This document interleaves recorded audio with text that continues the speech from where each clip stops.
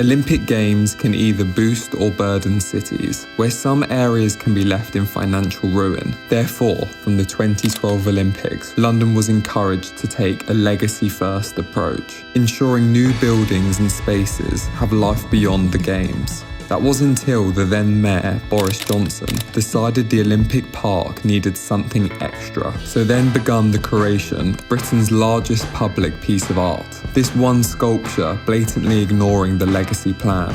And more than a decade later, people are still asking, what's the point of the Orbit Tower? In 2005, London won the bid to host the next Olympic Games.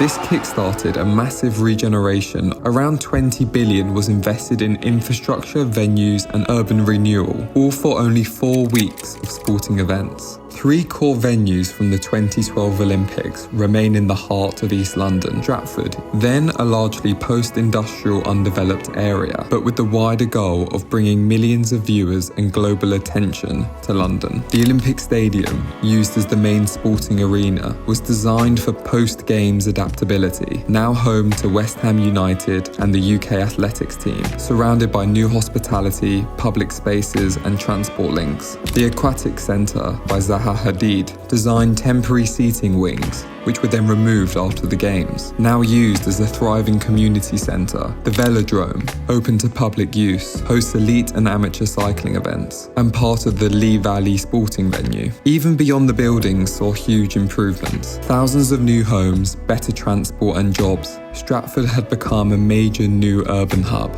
all guided by a legacy-focused design. Then came the Orbit Tower, described by some as a vanity project for Boris Johnson. Our Olympics will give that East End of London the huge regenerative boost that it needs. It was designed by Turner Prize winner Anish Kapoor, an 115-metre steel sculpture and observation tower costing 19 million, 16 of which was funded by a steel company. Intended as a dramatic viewing platform for the Games, designers called it a radical new art form, blending sculpture and engineering. Critics were divided. Brian Sewell, an art critic, said our country is littered with public art of absolutely no merit. We are entering a new period of fascist gigantism. These are monuments to egos, and you couldn't find a more monumental ego than Boris.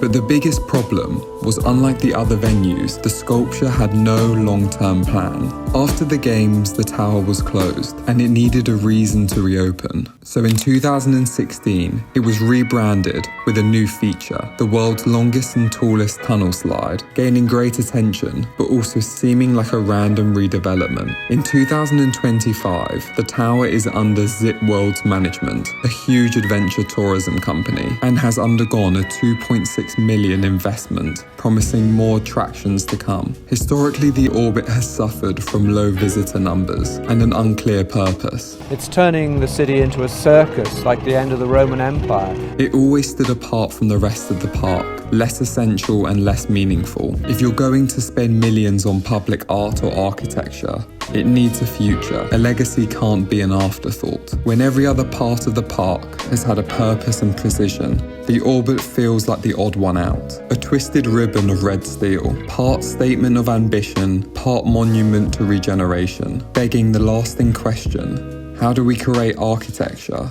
that is desired in our present, yet still relevant for our future?